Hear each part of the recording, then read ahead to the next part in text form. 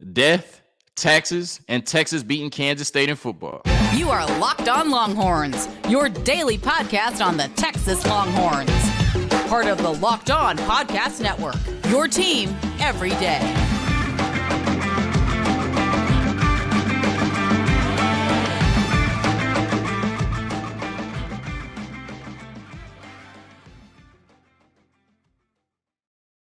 Locked On Longhorns, the show. Jonathan Davis, your host. Today's episode of Locked On Longhorns is brought to you by LinkedIn Jobs. These days, every new potential hire can feel like a high-stakes wager for your small business. That's why LinkedIn Jobs helps find the right people for your team faster and for free. So post your job for free at linkedin.com/lockedoncollege. Terms and conditions do apply. And on today's episode of Locked On Longhorns, we are discussing the overtime win for the Texas Longhorns over the Kansas State Wildcats, 33-30 on Saturday, moving Texas to 8-1, and most importantly, keeping their Big 12 championship and college football playoff hopes alive. We discussed everything I need to discuss from that game over the first two segments, and then the last segment, the Big 12 roundup. It's Monday. Everything you need to know that took place in your least favorite conference outside of the University of Texas. All of that and more on today's episode of Locked On Longhorns, part of the Locked On Podcast Network, your team every day. Before we get into the football, we have to talk about the basketball team. The regular season starts tonight. Year 2 under Rodney Terry. They will take the court against the University of Incarnate Word tonight at 7 p.m. Central. And this is the first game that matters this season, right? They had a scrimmage against each other, and then they had an exhibition against St. Edwards. But now moving forward, the wins and losses count for real, right? And so I'm excited to see this team that last year won the conference tournament championship and made it to the Elite Eight. And you felt like that team could have gone further if Dylan Dessou would have been able to stay healthy. This year, you brought back a lot of really talented players from that team, some veterans, and then you brought in some really talented players via the transfer portal.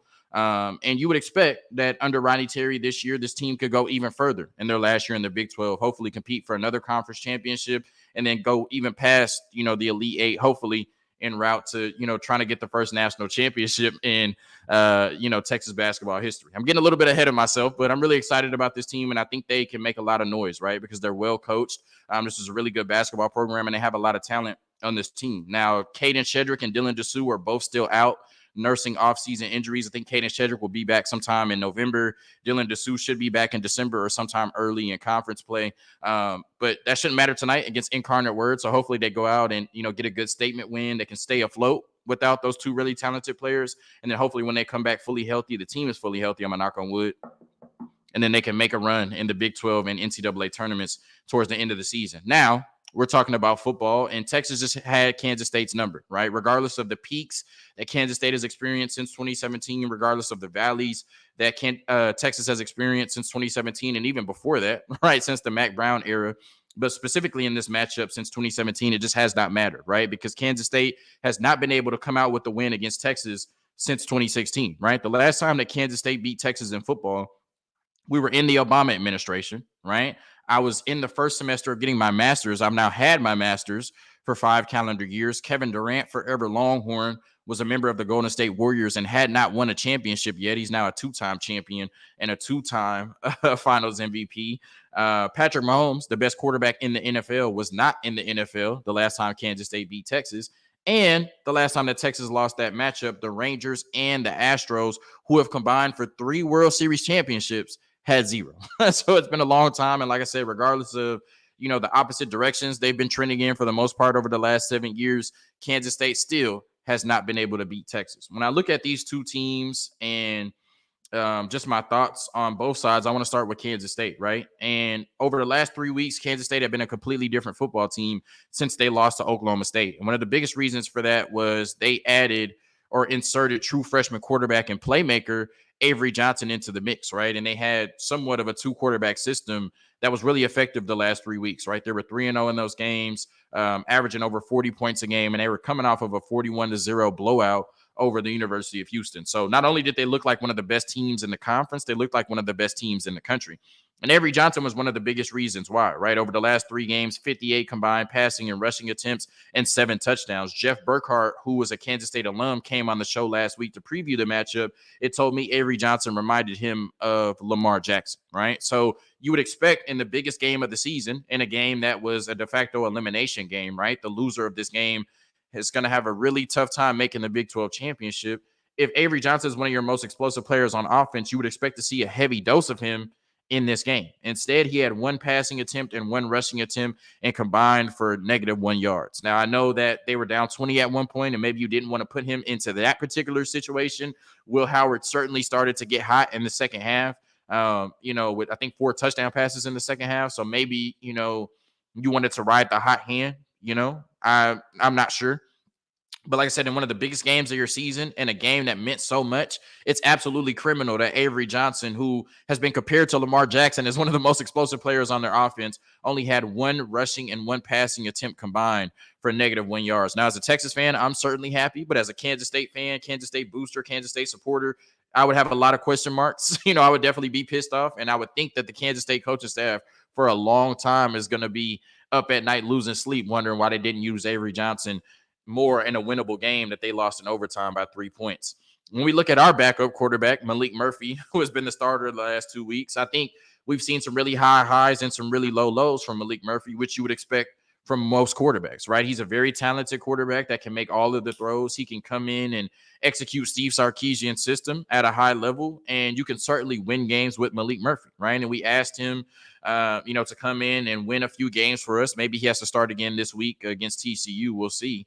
In Quinn Ewers' absence, and that's what he's done, right? It hasn't always looked pretty, but at the end of the day, we needed him to come in and win games and keep us afloat in the Big 12 championship and college football playoff conversation. And Malik Murphy has certainly did that. So we have to applaud him there.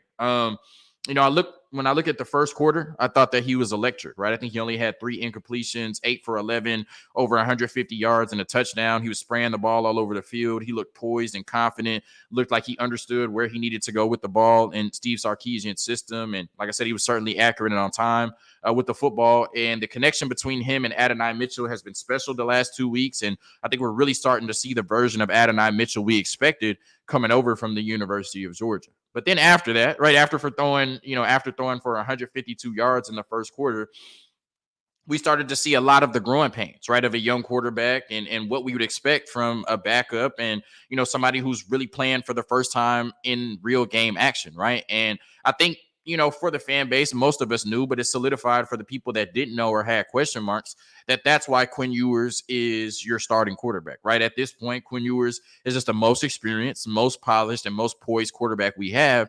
And I know sometimes, because I've came out here and said it can look boring, right? It can feel boring with Quinn Ewers, especially like in that last game against Houston, where his average depth of target was less than 4 yards, right? It was essentially a bunch of check down screens and short passes, right? But then when you see Malik Murphy going out there trying to win the game and be Superman on every play, you start to appreciate those check down short passes and, methodical offense a little bit more. So, like I said, Malik Murphy is certainly special. He's a very talented quarterback. You can win games with him at the University of Texas, and he certainly can execute Steve Sarkisian's offense at a high level. But there's a great deal of variance in watching him play, right? Some really high highs, some really low lows, and I think that's where you need Quinn Ewers in there to steady the ship, right? Because you know what you're getting on a game-to-game basis, and you know what you're getting on a drive-to-drive basis, right? Quinn Ewers just has that consistency. If we do have to rely on Malik Murphy for another game or even further, while Quinn Ewers is, nursing that shoulder injury, he has to be more disciplined under pressure. One thing I'm noticing with Malik Murphy, and his fundamentals are still a work in progress, period. But especially when he's under pressure, they all go out the window, right? He starts, he gets really heavy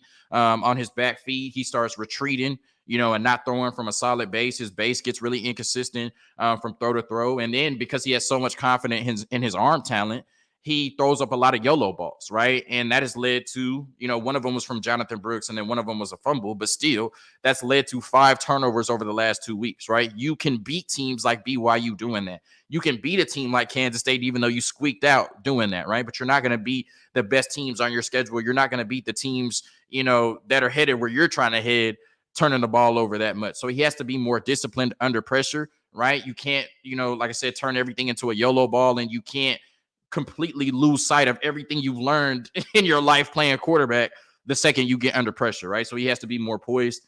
under pressure, because that's going to happen, right? And you have to learn how to take small positives, right? This is something that we have not really seen from the last 2 weeks under Malik Murphy. Checkdowns, right? If Cedric Baxter or Jonathan Brooks, even Jordan Whittington or JT Sanders, if they're in that short, intermediate area or even behind the line of scrimmage and there's nothing there, don't go broke taking a profit, right? Get the ball into one of your playmakers' hands and then let them make a play after the catch, right? Even if they don't, that's 3, 4, 5 yards that makes second and third down or whatever down is following easier. He has to learn how to take those checkdowns, throwing the ball away, right? In those situations where there's nothing down the field and, you may be under pressure, learn how to live to the next down, right? Get out of the pocket, throw the ball away, say there was nothing there, I'm going to get him the next down, right? Where, like I said, Malik Murphy is trying to be a superhero and win the game on every play. And sometimes, this is just things you have to learn with experience and the nuance of being a young quarterback. You have to learn to throw the ball away, right? It's okay, right, to live into the next down and make the smart play. And then at times you got to pick up, yards with your legs, right? I think that's a big thing for Malik Murphy. He is a pocket quarterback, right? He wants to sit there and throw the ball, but there has to be, some type of nuance, and there has to be times where you can pick up 5 plus 6, 7 yards, maybe even a first down, and you say there's nothing down the field. I'm not going to force a ball down the field. I'm not going to hold this ball, pat the ball, and take a sack. I'm going to pick up 6, 7, 8 yards and live to, execute on the next down. So those are things that Malik Murphy certainly will learn with time and experience. Not sure if he's going to be the starting quarterback this week against TCU, but if he is, those are things he's going to have to do at a higher level to make sure that Texas doesn't end up in a nail biter again against TCU like they did against Kansas State on Saturday. A quick word from our sponsors, and I'm getting into the more of the conversation between Texas and Kansas State this past Saturday.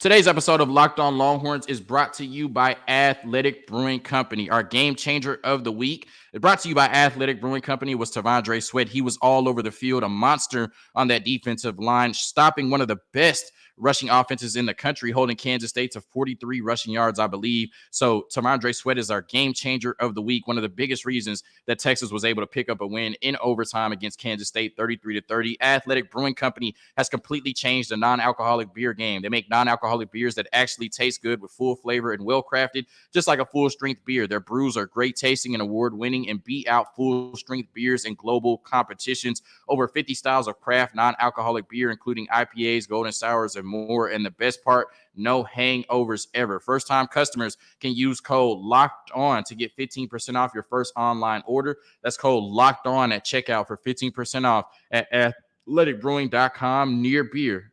Exclusions and conditions do apply.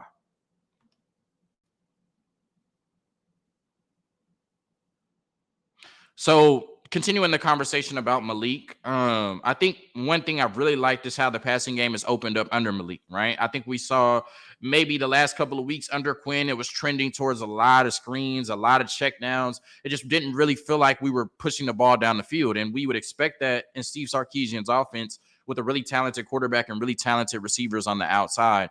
And I felt like with Malik Murphy coming in, the offense would open up, not because Steve Sarkisian was calling it that way, but I think it kind of got to the point to where Quinn Ewers was kind of coached out of some of that aggressiveness, that gunslinger mentality of just taking shots down the field, right, and putting your playmakers in a position to make plays on the ball. But Malik Murphy hasn't, right? So he's going to come in and push the ball down the field. And for the most part, that has led to some success. I know he threw an interception throwing the ball down the field, but that was either Jonte Cook or Jordan Whittington falling, who would have been able to make a play on the ball.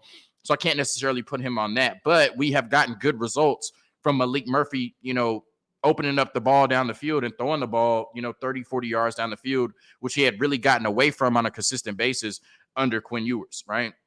And like I said, we're starting to take those deep opportunities more often in the game, and we're starting to hit those deep opportunities more often in the game. Like, surprise, right? Like, if Xavier Worthy and Adonai Mitchell are two of the best receivers in the country, then that's probably a high percentage play, right? If we can throw the ball accurately. Adonai Mitchell, since Malik Murphy has been the starter, has 11 catches for 208 yards and 3 touchdowns in just his last 2 games with Malik. So like I said, we're seeing the player that we thought we were getting in the transfer portal. And he's really been that player all year, but I just think he's had a lack of opportunity you're seeing now what he can do if he gets number one receiver type opportunity, which is 11 catches for 208 yards and 3 touchdowns in the last 2 games. And 3 of his 4 longest receptions of the season have came in the last 2 games under Malik Murphy. So he's certainly pushing the ball a lot more down the field. Now, Xavier Worthy's numbers have dropped, just 9 catches and 75 yards over the last 2 games. His 3 games prior to that, 92 yards, 108 yards, and 93 yards. So there's definitely a lack of chemistry. There's also been some drops in there, but there's a lack of chemistry between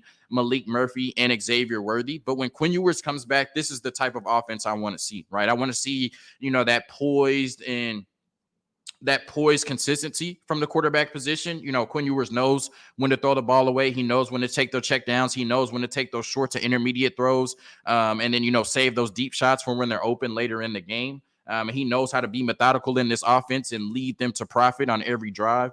But also, I think we can take something from Malik Murphy and how aggressive he's been pushing the ball down the field. I would like to see Quinn Ewers do that when he comes back. So, I definitely want to see when Quinn Ewers comes back, the same methodical, driving of the offense we've had and, making smart decisions on every play and, continuing to take a profit, whether that's or just making smart decisions, right? Whether it's picking up, yardage with your legs, taking the short passes, throwing the ball away, just making the smart decision on every play, combined with Malik Murphy's, kind of gunslinger mentality, right? Of airing it out down the field and giving our playmakers chances. If we do that, I think that Adonai Mitchell can maintain the production he's had under, Malik Murphy, while Xavier Worthy can get back to that production he was having under, Quinn Ewers. These are 2 of the best receivers in the country, and I think we should utilize them down the field as 2 of the best receivers in the country, not just when Malik Murphy is in the game. So I would like to see, the offense open up a little bit more when Quinn Ewers has come back, because Malik Murphy has shown us that the offense can be opened up and still executed at a high level. Just talking about the running game really quickly, I love the rotation. We've been screaming for Keelan Robinson and Jaden Blue to get more opportunities, even though I think they only touched the ball 3 times, between the 2 of them.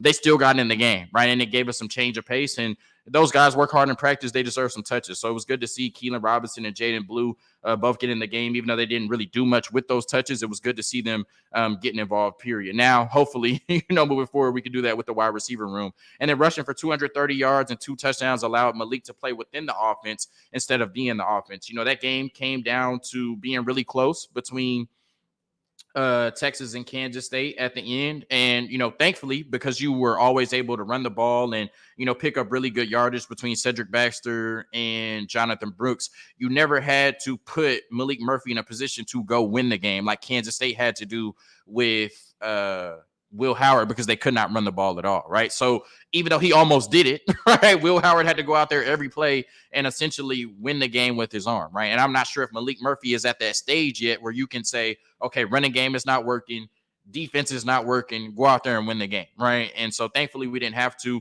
because even though we're so explosive on the outside, this is still a 12 personnel, bread and butter, run the football type of team. And they certainly did that on Saturday with 230 yards and 2 touchdowns, with Cedric Baxter and Jonathan Brooks both looking special. Now, when we talk about the defense, last week on the podcast, I said you needed to sack Kansas State 3 times and force 1 turnover. The reason you needed to do that is because going against Kansas State and their explosive offense with a backup quarterback, I had all the faith in my mind that Texas would find a way to score 30 points, because we've done it in every game this year.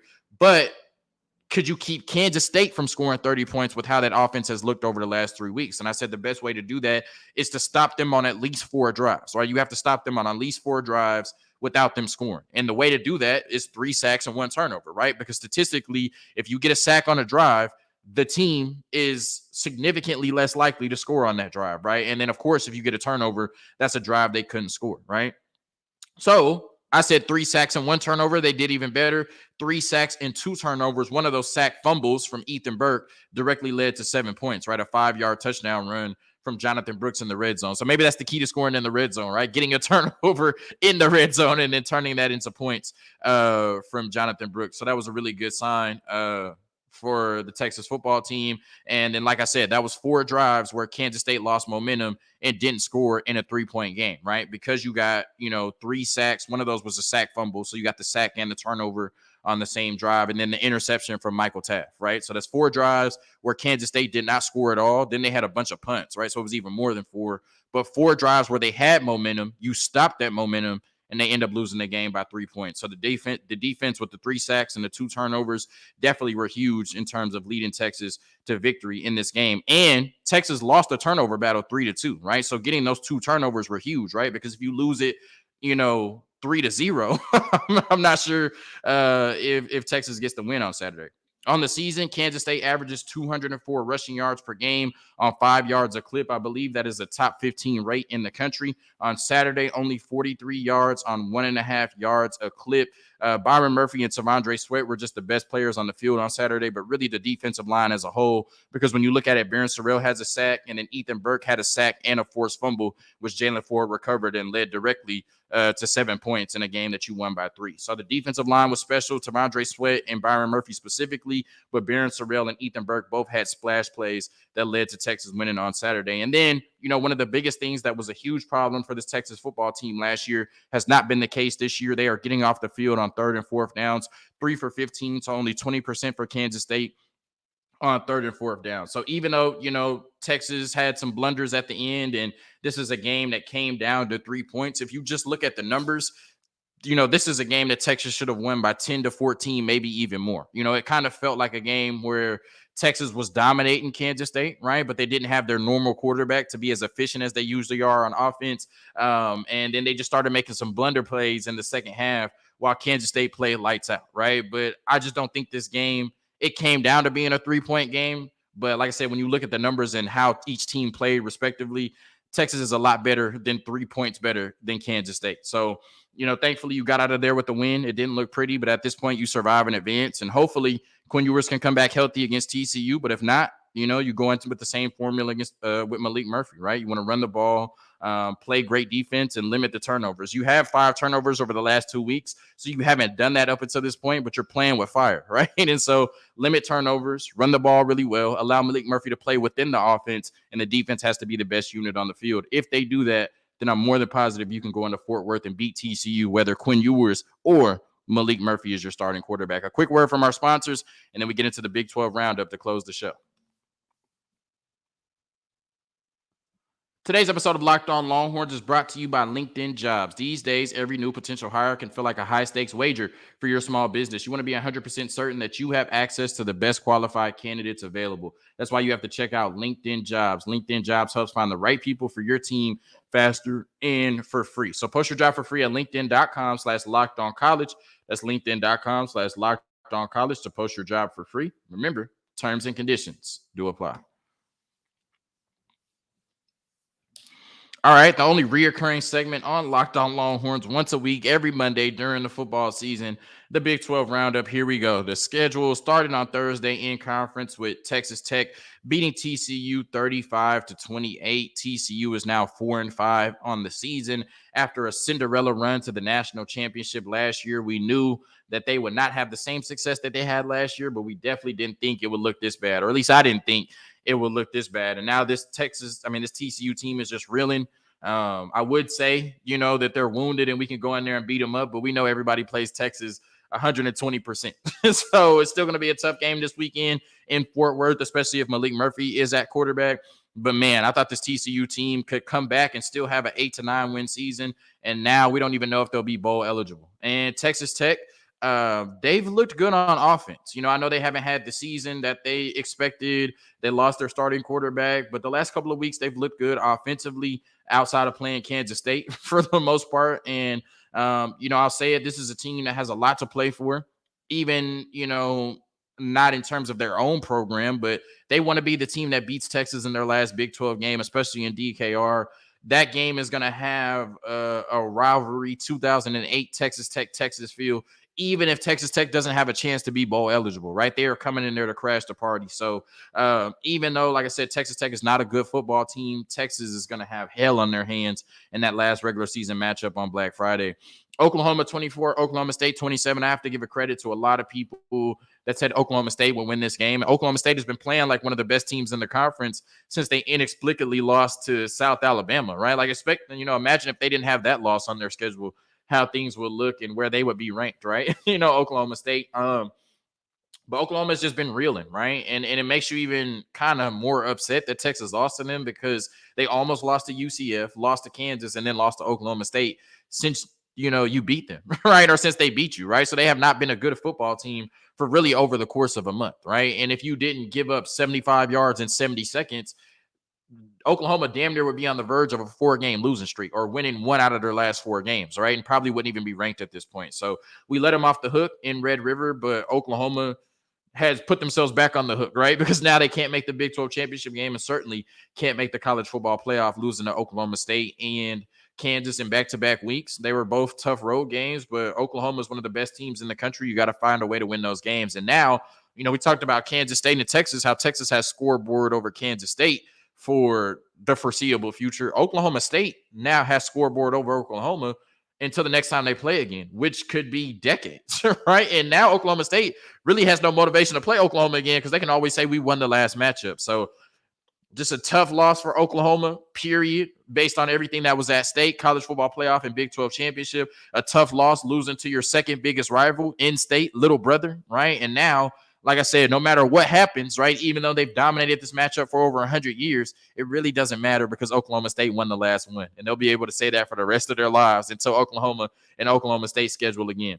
Houston 25 over Baylor 24. Baylor is now 1 loss away from not even being bowl eligible, which is crazy under Dave Aranda in year 3 or 4, whatever it is. Houston now has 2 very dramatic end of the game wins. They won on a Hail Mary against West Virginia, and then they won on an overtime 2-point conversion against Baylor. So, good win for Houston, I guess, on the road against Baylor, even though Baylor's been bad this year. But I think the biggest story, like I said, is the Bears being 1 loss away from not even being bowl eligible in year 3 or 4 under Dave Aranda. UCF 28, Cincinnati 26. Finally, the new Big 12 teams get to beat up on each other. And UCF has been, definitely a competitive team for the majority of the season. Cincinnati won their first 2 games and has lost 7 straight games since. So, yeah, not sure what's going on with Cincinnati or their future in the Big 12. But like I said, finally, an old Big 12 team got to play another old Big 12. Finally, a new Big 12 team, got to play a new Big 12 team. Somebody had to come out on top in that matchup, and UCF certainly did. Cincinnati on a 7-game losing streak. And then Kansas 28 over Iowa State 21. I'll say this. It's really unfortunate, and you have to have a next man up mentality, but it is really unfortunate that we did not get to see this Kansas football team, not Texas specifically, but just this year in the Big 12 with Jalen Daniels at quarterback. Because now with Oklahoma having 2 losses and Kansas State having 2 losses, it's likely that Oklahoma State is going to make the Big 12 championship game. And coming into the season, if you were ranking the biggest contenders to Texas, you would have said Oklahoma, Kansas State, and then probably Kansas, right? Jalen Daniels was the leading candidate for Big 12 Offensive Player of the Year in the preseason. And so now Kansas is a really good team. They're ranked. They only have 2 losses, but both of those losses came in conference. And so they're on the verge of having a really good season.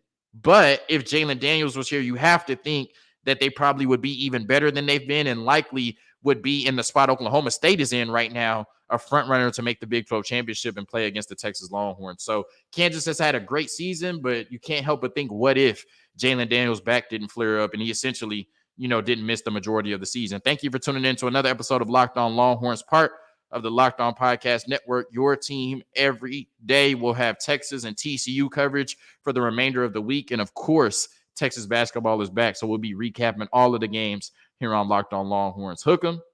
Peace.